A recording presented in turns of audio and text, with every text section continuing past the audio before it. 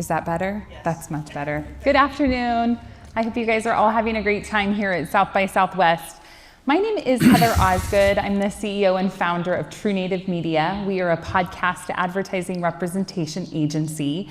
And today on our panel, we're going to be discussing celebrities and influencers and how authenticity has a really big impact on building audiences as well as creating strong brand partnerships. So to get us started, I just wanted to go through and have each of the panelists introduce themselves. So Rob, we'll start with you. Hey everybody, how's it going? I'm Rob Cesterino, and I have a podcast. It's called Rob Has a Podcast. I have been podcasting for 15 years. My journey into podcasting is that a very long time ago, I was a contestant on the TV show Survivor. And I did that twice, and then I was very unemployed. And then after that, I started Rob Has a Podcast in 2010, and it's kind of like the ESPN of reality TV, talking about all these different reality shows. And I work with Heather at True Native. Thanks, Rob. Hillary? Hi, everyone. My name is Hillary Schaefer, and I'm the Vice President of Podcast and YouTube Influencer at Veritone One.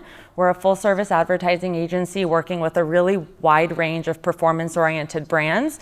And specifically, we're focused on connecting them with podcast creators like Rob, and working with them to find the best platforms to get their brand out there and see success within these platforms.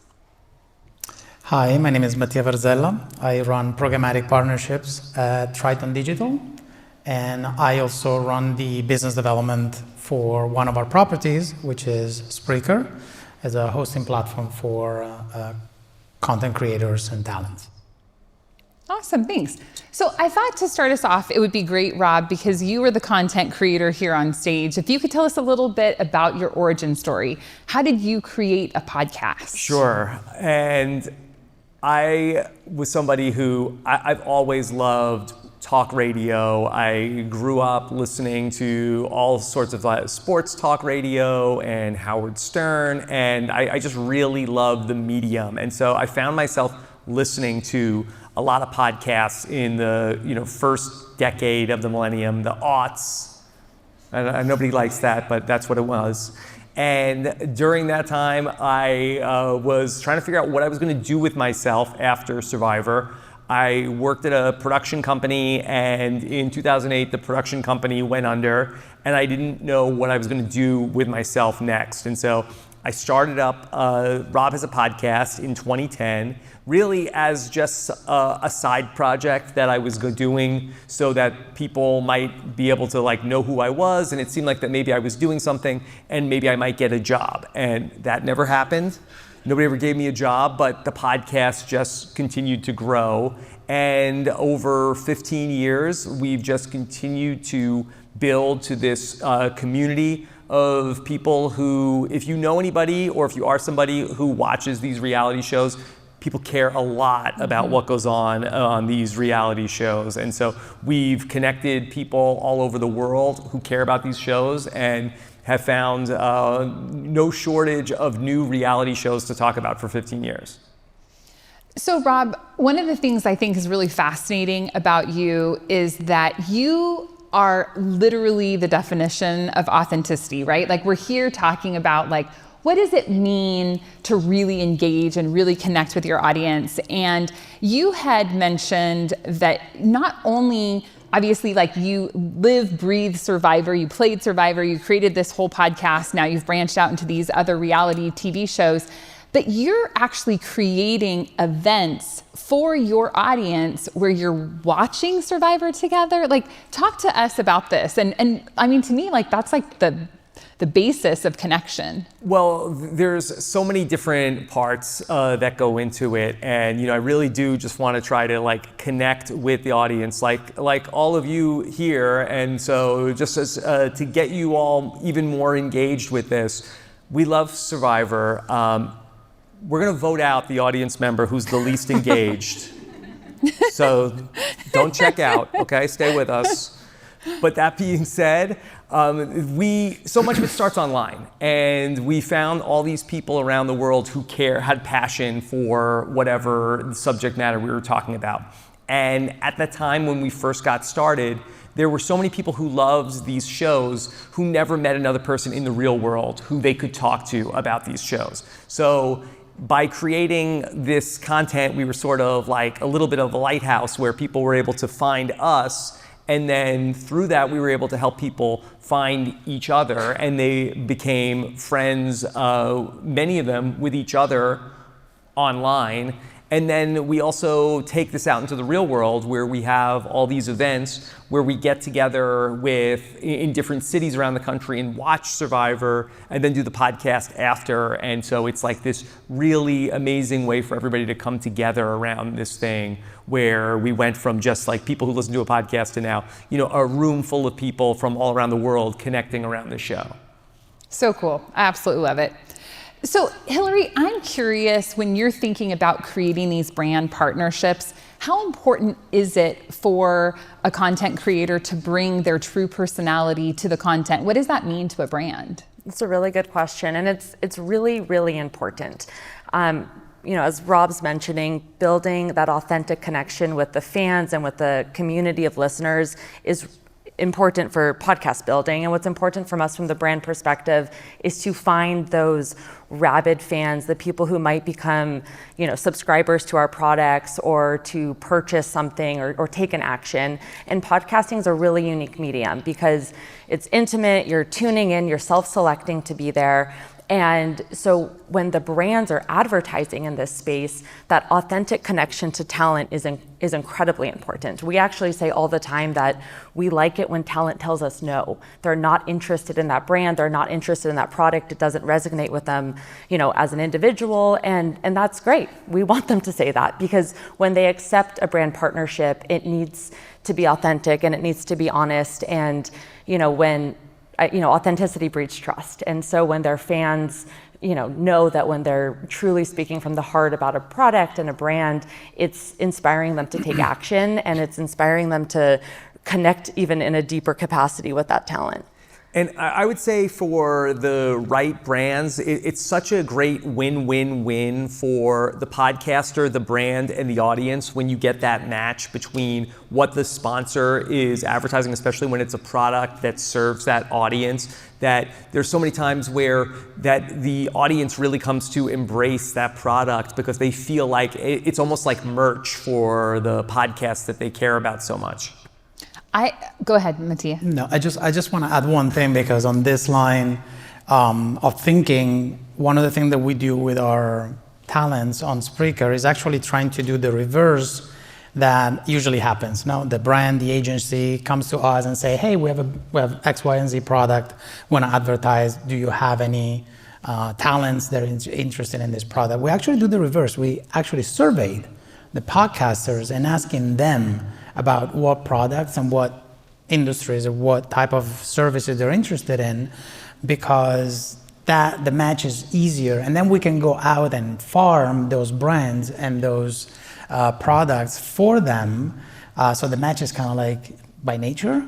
And it's very important because that creates that connection. And thinking about if you want to advertise pets products, right? If you don't have a dog, you're probably not authentic enough, right? Mm-hmm. So that's... Yeah, and to take that even one step further, Heather, I know you and your team do a really great job of this, of just helping sell that why factor. Like, why does this host make sense for this brand? Maybe they have a dog, maybe they just adopted, a new kitten or whatever that really, true narrative story is, because that goes to ensure that talent's going to do an even better job with the read, which is going to make an even better listening experience for their audience, which is going to get them to tune in more and more.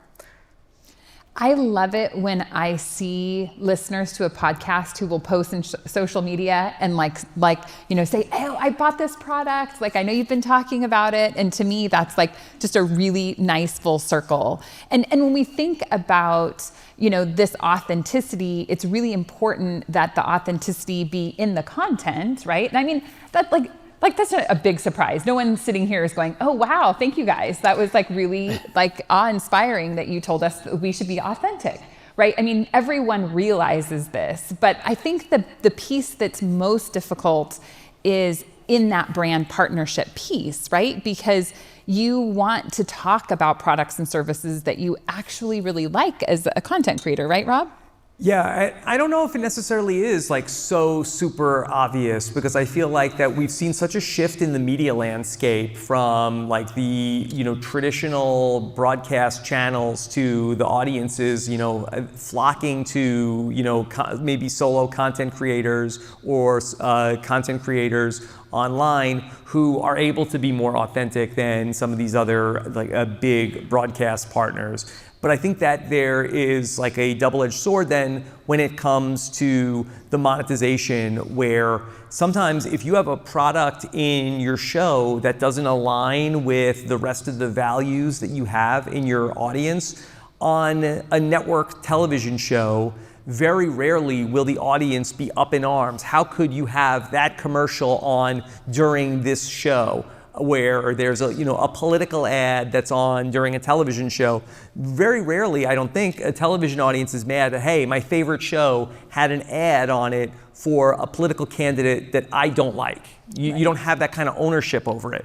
But in the podcast space, that authenticity needs to go into the sponsors also, where that the brands that you are telling your audience about have to be aligned with the values of the shows. And I think that that's what helps sell those particular products. So not every product is going to be the right fit for every single content creator. Mm-hmm. Yeah, absolutely. Hillary, can you expand on that? I mean, you work with so many brands. You've been in the industry for so many years. I'm sure you've got hundreds of different experiences. Can you think about an example of a time when maybe you had like a really good brand partnership between a content creator and a brand?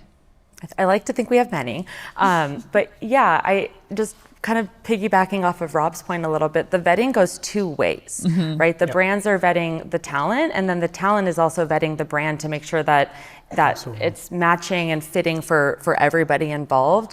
And I think that's where we really see the strong ad reads happening. And there's so many examples of it, and we found that when hosts, we used to work with a watch company back in the day, and we found that when the hosts were wearing the watches in a audio only environment, it was still making the ad read so much more powerful, and we actually saw an impact in performance when we knew the hosts were wearing the watches versus not. We're also working with a company now that there's a gas saving component to their offer, and what we found that when hosts are physically sitting in their vehicles for video podcasts, that their performance is skyrocketing. And so it's finding those ways where they're able to weave that brand or that product or that offer into their day-to-day life is really impactful. Mm-hmm. Can I add a couple of numbers? Just so we were talking last year exactly as Sound Profitable event about the ad bargain. And we were talking about the fact that podcast is actually one of the most trusted media above YouTube and TikTok. It was 71% was the number that we were talking about last year. Later this year, I think Nielsen came up with another number, 80%. And 80% is the number of listeners that trust a recommendation from a podcast host. So it's not just like it's good to be authentic, it's nice to have a match, but we know because the data tells us that. Yeah. And I think that a big part of that is that I think the audience also is like self-selecting their podcast source. So I'm probably not even going to turn on a podcast that I don't trust the person who is the host, as opposed to maybe something you have on television, it's on, and it's like, I don't know if I'm believing what they're selling. But the fact that I am tuning into this podcast and listening to it regularly, there's a good chance I already am going to trust whatever that host is telling us. Yeah, we talk a lot about the opt-in medium of this platform and how it's so impactful in the sense that listeners are choosing exactly who they want to be listening to. Well, and what is so fascinating about it is that because we're doing so many host-read ads, it really is it's the podcaster saying, hey, you should buy this product. So it was really fun over lunch. I was talking, to some folks about the panel today and what we're going to be talking about. And one of the women said, I bought a product from a podcast and the host said it was great and it was horrible. So I'm never going to buy anything from like product recommendations that they have again. And I thought that was so interesting because people really do, your audience really does take these brand partnerships into consideration. They see them as an extension, which I think is really important. Wow, that is a lot of pressure. Yeah, a lot of pressure Rob. now. I feel like I need to be putting these products through extensive testing before I do another ad read now. Oh no. We've actually had some instances where hosts have come to us with feedback from their listeners, and we've been able to escalate it with the brands to get them the support they needed. Maybe it was troubleshooting or what have you, but it's a really rigorous vetting process, like I mentioned earlier. And one thing that's really important, and I think unique to what we're able to do with podcast creators, is go through an onboarding process with them to ensure that they understand the brand, they understand the nuances of that particular offering or the sale we're running or what have you, so that way they truly can feel confident going out there to the marketplace and making those recommendations. Yeah, for sure.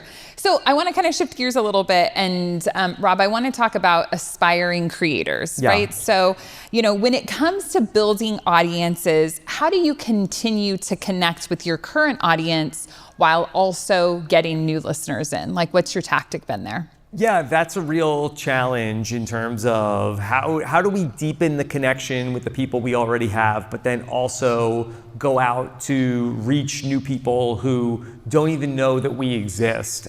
In my case in particular, we have a very dedicated community of people who love and care about Survivor, but there are millions of people who watch Survivor every single week who don't even know that we exist and may have never even thought of, I should listen to a podcast about Survivor or Big Brother or The Traitors. And so in terms of our marketing efforts, we have, marketing that we're doing on social media to, really engage our existing audience and get them excited and give them things to interact with us also.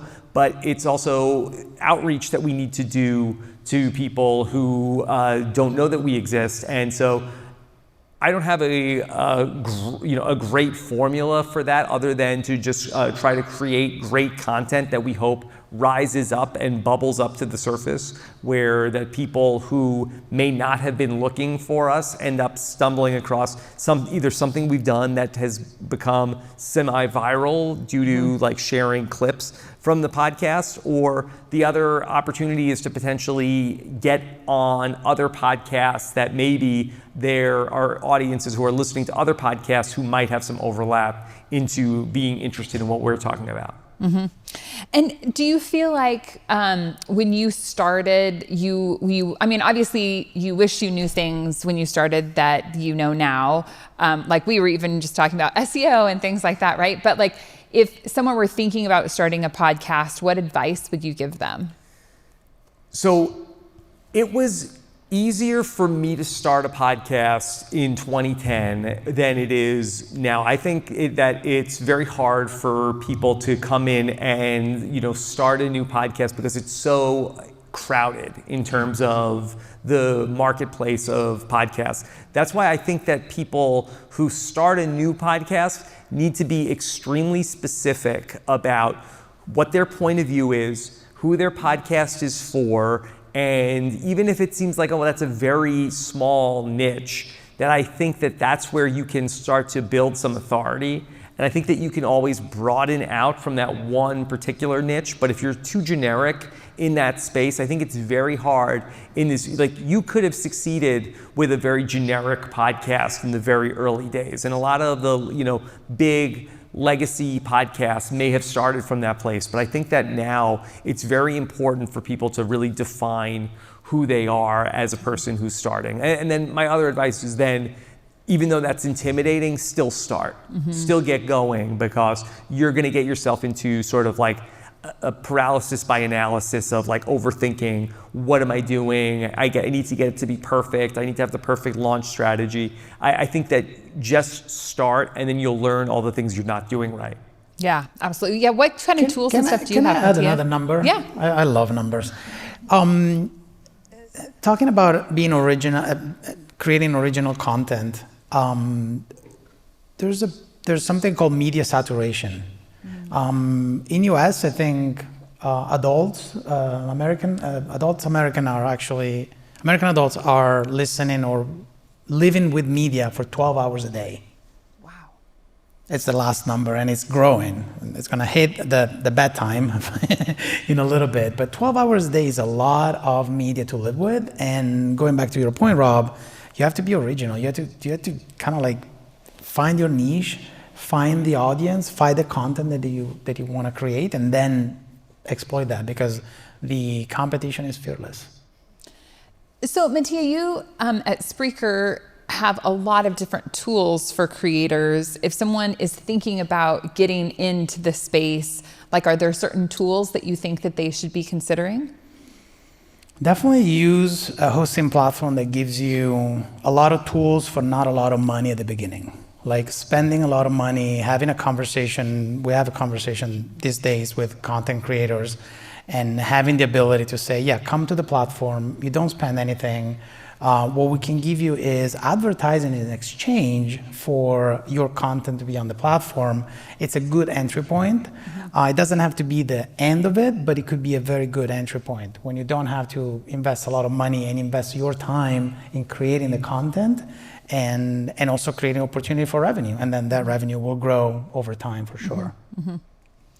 Can we see, just from the people in the audience, how many people out here are either potential podcasters or have a podcast? Okay.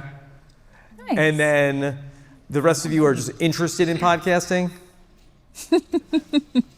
Awesome. I love it. Yeah. Who creates content but not podcast?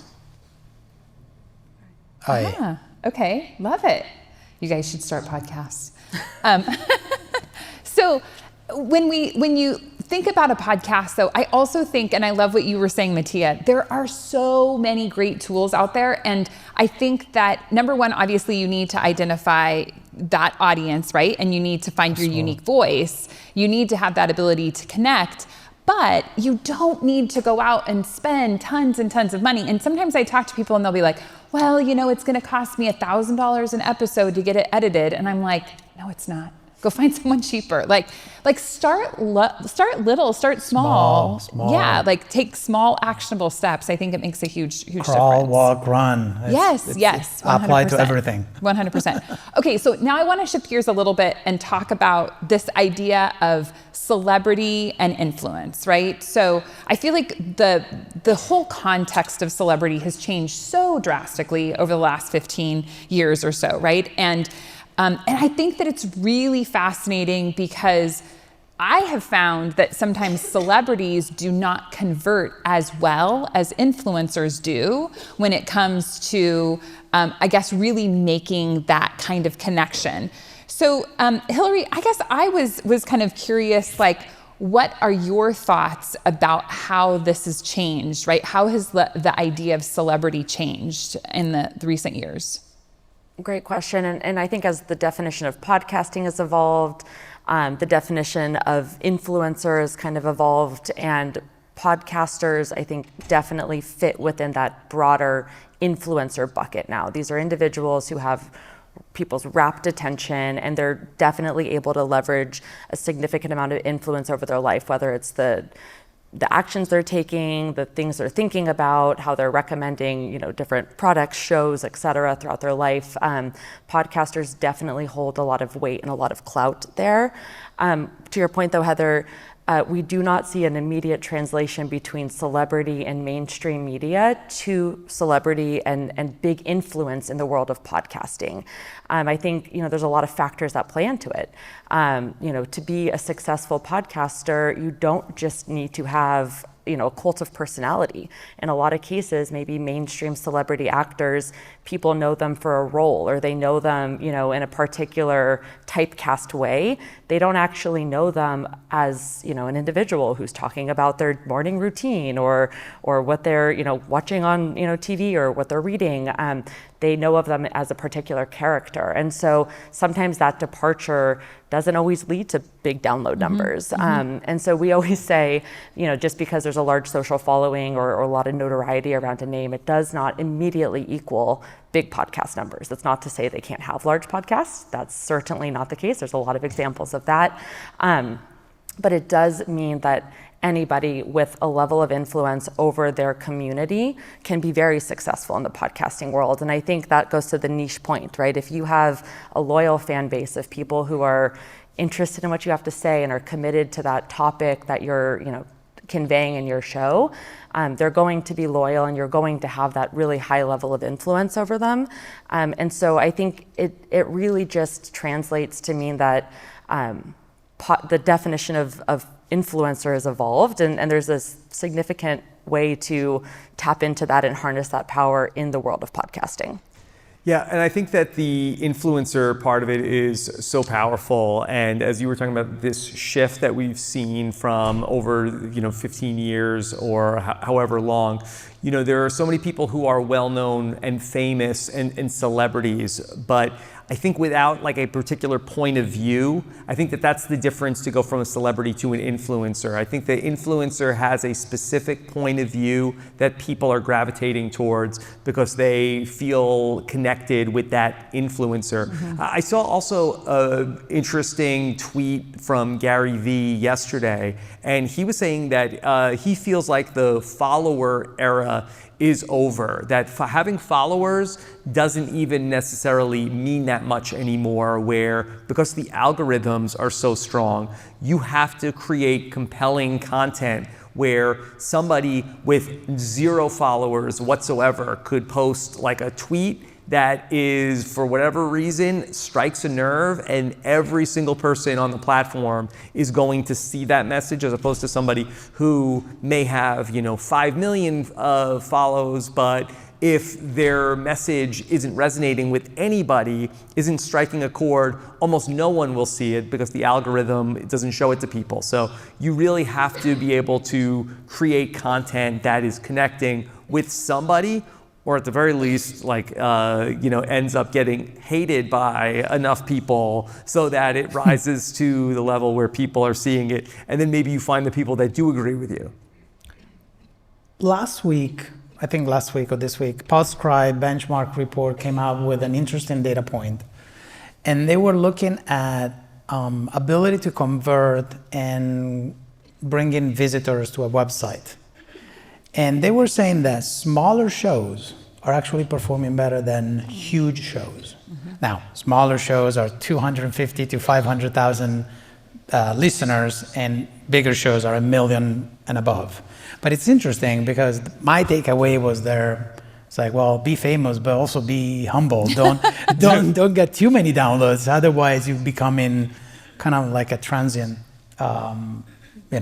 episode that people can actually skip because you're too famous, you're too popular. Yeah, I think that's also a thing like, hey, you get too big of a tent. It's like, well, I got to be a little more careful with what I say because I don't want to offend this part of my community. I don't want to offend this part of my community. And so I think that the people that are like, okay, we know exactly like who our people are, may end up having more trust from their audience who they feel like they're being spoken more directly to.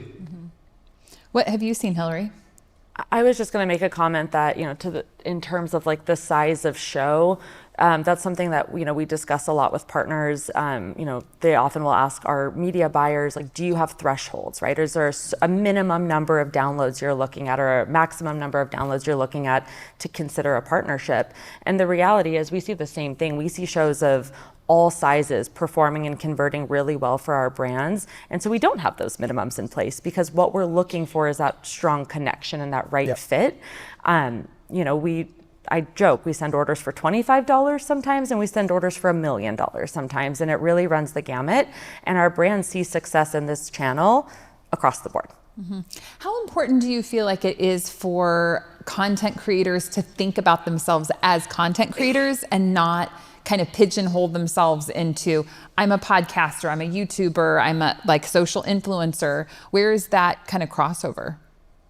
I don't know if Rob, if you want to start. Well, I would say that fundamentally, I feel like I am a podcaster who also streams podcasts to YouTube, who also might create short clips for marketing. I feel like that most people have like one platform that they're really known for, and maybe that these certain people, like, okay, maybe they might be known as a TikToker, but they also post on Instagram. But I feel like that there's a connection with a certain platform, but I think that you also need to be, flexible, because the platforms have life cycles of themselves, and you need to be able to be adaptable enough to be able to, like, hey, like I started out and I was like huge on Facebook, but now I'm pivoting to go to the next platform. TikTok is going away. I got to make sure that I have a Instagram following, or be able to convert to go to another platform. So I think that you probably want to have most of your interactivity in one place, but also have a presence in these other places in case you need to move. Mm-hmm. Yeah, I'm going to try a number. You could fact check me. We'll see if this goes well. But I think I've got this one. But a couple of weeks ago, they did just announce that 1 billion people are now consuming. Is that right? Viewers on YouTube. 1 billion viewers are now consuming podcasts on YouTube. And I think that just goes to show that the platforms are becoming very interwoven in a sense. And so people who were foundationally podcasters in the beginning are now having a lot of engagement and consumption happening from these other platforms. We talk all the time about finding the consumer where they're consuming. So whether they're consuming on YouTube or podcasts or social media, connecting with them in their place is going to allow you to grow and continue to grow your sphere of influence. At the end of the day, influencers are influencing regardless of the platform that they are on. The platforms are helping them drive that influence, connect with their audiences, and really grow what they're able to build. Another thing, speaking of algorithms, that I always find to be really interesting is that podcast as a platform is not an algorithm-based platform. YouTube is, social media is, all these other platforms have algorithms that are driving their discoverability, their growth, all of that, and those algorithms change. And in podcasting, I think creating your strong foundational base is a constant. Numbers do change there too, but within a little more control and reason. And it allows, I think a solid foundation point for creators to create and influencers to be influencing here. Yeah. I'm so glad you brought up algorithms, because it's something I think about a lot in podcasting, because as a podcaster, there is no podcasting algorithms, or not really that I know of. When I listen to a podcast in whatever podcast player, my podcast player doesn't really recommend to me, oh, you like this episode? You're listening to this, you need to be listening to this. This is the next new podcast. I feel like a lot of people just have their podcast that they love, and they're waiting for the next episode of the podcast that they're already listening to.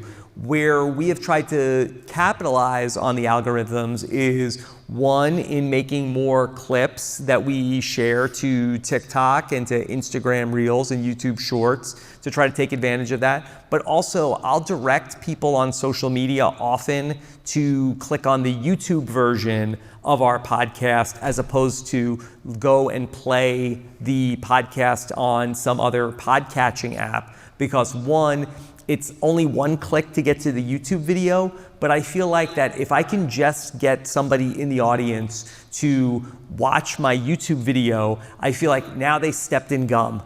Now they are going to, the next time they go on YouTube, maybe they're going to see my related video, in the related videos, they're going to see the next episode of my podcast, or maybe something else that's going to catch their attention, as opposed to if they came to my website or went on Apple Podcasts and hit play and just listened and didn't subscribe. I feel like I have no way to connect with that person ever again. I'm going to add a thought to this about content strategy and monetization strategy, that we always kind of talk as they are one, but because there's a lot of content creators in the room, I think we need to think about content strategy and what you create from a content perspective on one, sort of like one track, and then adding on top a monetization strategy, which then can change also your content strategy. We get a lot of requests for what we call now 360 deals, right? Which is not really 360, but it's more like, you buy impression, but you also get social media posts. right? So you start seeing that now, even if you're just creating a content in podcast format, now the agency, the brand are asking you, well, can you give me also like, a YouTube product placement or, a social media post. So those two things, I think they're sometimes connected and sometimes they're disconnected. And I think we would do a good job in dividing and kind of thinking about them separately. Mm-hmm. How can we look at different data points, and which data points should we be looking at as content creators, especially in the podcast space, to tell how engaged the audience is? Because, and I'm so glad you brought up algorithms, Hillary. Like, I absolutely love that, because podcasts are a beast all unto their own, right? They're so much different than other platforms that we look at. So what data points should content creators be looking at to kind of gauge engagement? You wanna go? I can start first. So, I think from a content creator perspective, obviously your download numbers are a very, very fundamentally important data point to be looking at. But other things to be monitoring are, your engagement rates. Like, are people commenting on your, if you're posting your show on YouTube, are you getting comments? What are they saying in the comments? Are they talking about the content, the brands, the types of things you're saying? Is it positive sentiment, negative sentiment? We also see a lot of that kind of commentary happening in social media as well. So, if you have a podcast, we also really recommend, having complementary social channels because it's a really great extension, yet another way to connect and engage with your audience. So monitoring all of those are really key data points. And then also looking at things like listen through. Are people consuming all of your episode? Are they tending to drop off at a certain point? Why are they dropping off there is a really important question to ask. If you are monetizing your show with ads, that's a really important point to be looking at when you're considering where to place ads within the episode. Maybe it's worth reconsidering how you're formatting your show or how it's being produced. So kind of monitoring that is really critical. And then also, there's ratings on podcasts. I think that's an important thing to keep an eye on. As a buyer, it's not something we necessarily put a ton of stock in, but it is, once again, another engagement metric that we really look at and keep an eye on. And everything absolutely checks out. I think there is another area where, from a supply or from a content creation side of things, are a little hidden or they're not shared as much. And there's a little bit of asymmetry in the information exchange between seller and buyers. And it's where the campaigns are taking effect. What is the CPA? What is the information about the performance of a specific campaign? That is obviously some data that brands and agencies are really holding close to their chest. I wish, or I hope that today or this year will be a better year where we can all share that information, because campaign performance can tell you and can inform also a lot of content strategy and monetization strategy. So I hope there's going to be a world where we can all share bi-directionally. Mm-hmm. I love affiliate partnerships, especially for newer content creators. If you start out with an affiliate deal, meaning that you have a special promo code that your audience is using, you have so much transparency with that, because you can tell how many people are using your code. You can tell how many conversions actually took place. And I think that that's a really good way to start. So you can start with that. And if you're like, man, I'm like knocking this out of the park, then you know that you're ready to kind of move on to actual brand deals. So I think that that is really important to look at. And then the other thing that I really encourage people to do is an audience survey. And I encourage hosts to ask their audience to do something, right? Because if your host or if your audience isn't going to respond to something that you ask them to do, then they're probably not going to respond to a brand deal either, right? And Absolutely. So really, it's so important for you as the content creator to understand how engaged your audience actually is. Because if your audience isn't engaged, you have to fix that piece first. That's like the pivotal piece Absolutely. To build on. Yeah, and just to add to so much of the science of the data around these podcasts, that just as a content creator, the thing that I really look for is the engagement from the audience. I feel like that really drives me. When the audience is giving me their feedback, I relish it. I love to get good or bad. And maybe I put too much significance into what people are saying, but I always try to think of like, all right, if one person is telling you something, you can ignore it. But if two people are telling you something, like there's probably a kernel of truth there. And so the great thing about having a very engaged audience is that they feel like that they can tell you when things are not working, and they're not shy. And it's a really great way to get that kind of feedback. And also the same thing when something is working, like they also tell you like, oh my God, that was incredible. More of that, please do that again. And so I really get a lot out of like what the audience is telling me, whether it's in comments on YouTube or on social media, or when I do like calls and take questions from the audience. So I really take a lot from what they tell me. Mm-hmm. So as we look to the future, obviously we've seen so many things change. We know that things are going to continue to change because they always do in this lovely world. How do you feel that the way that content creators are connecting with their audience will be evolving? Any ideas? I think it's going to continue to evolve. I've been in this space over a decade now, and just seeing how the conversation has evolved so much in that time, I think is a testimony to how much it's going to continue to change. That's why, frankly, I find this ecosystem fascinating, both as a consumer and as someone who works in this industry. I think that, as new platforms are popping up, right, I always keep a pulse on these emerging channels, because that's how, once again, we're looking to reach our consumers where they're consuming. I think keeping an eye there is going to continue to evolve the podcast strategy, because there's going to be new ways to engage, new ways to promote, new ways to like get in front of potentially new listeners. At the end of the day, bringing new podcasters into the fold is what we want, right? That's how we're going to continue to grow this industry. And I think that's where video has played a really pivotal role over the last couple of years, is it's brought in a totally new audience of people who would have never consumed podcasts before. They're younger, but they're still affluent, and they're still hitting that like key desirable factors. So I think in the future, to answer your question, Heather, I think we're going to continue to see more of that evolution. And I think we're going to see new creative ways where influencers and hosts are going to be able to tap into their audiences in a really real and meaningful way as well. Mm-hmm. Awesome.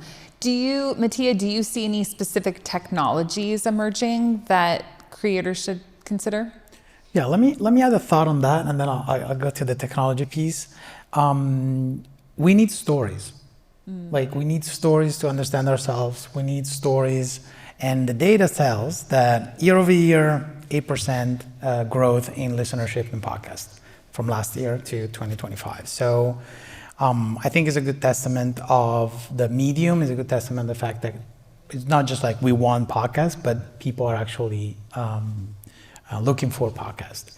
And it goes back to the originality point of view and the media saturation. We need to figure out a way to really create original, engaging content. From a technology point of view, I think one of the things that last year we were talking about a lot of brand safety, brand suitability, contextual targeting. In the future, I see a place where we can actually add something called brand sentiment into podcasts and in pre-recorded audio, because it comes from the same technology. It's machine learning and it's transcription of the content itself. So having the ability to figure out where a brand can place their ad because they're a positive or a negative sentiment at the name entity layer, so at the name of the brand or at the name of the industry, I think it's going to be a very important next step, technology-wise. I love that. I mean, I know that there is so much opportunity, right? Because we're talking about this engagement, we're talking about this partnership, and being able to use technology to gauge brand sentiment, I think is really super valuable. Anything that you would add to that, Rob? I just think that taking the audience further behind the scenes of what you're doing and giving them a little bit more of a look into your life outside of the content, I think is the kind of thing that just deepens that bond that people have with the audience. Yeah, absolutely. So, okay, so as we wrap it up here, is there kind of one piece of advice that you would all give a content creator, obviously from your kind of sphere of work?